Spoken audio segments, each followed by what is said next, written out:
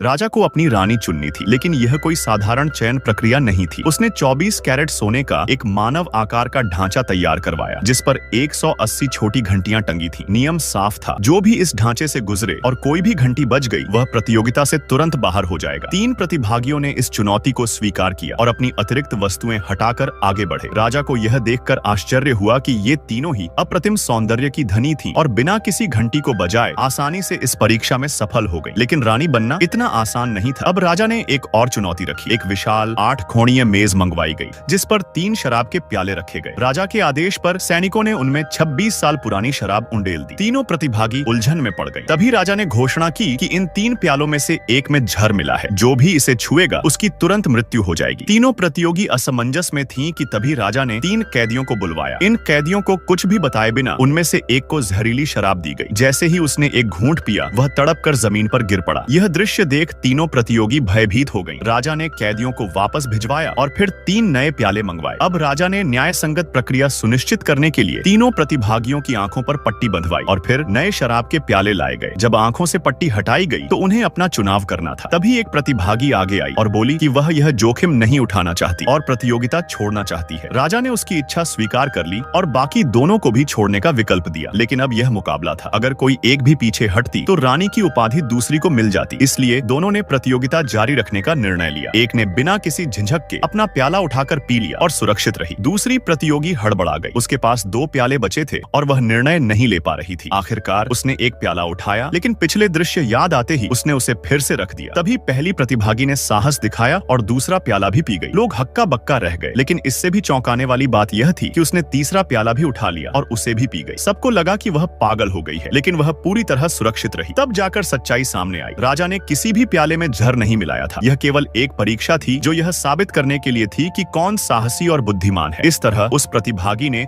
अपने अद्वितीय सौंदर्य और असीम साहस के बल पर रानी का स्थान प्राप्त कर लिया।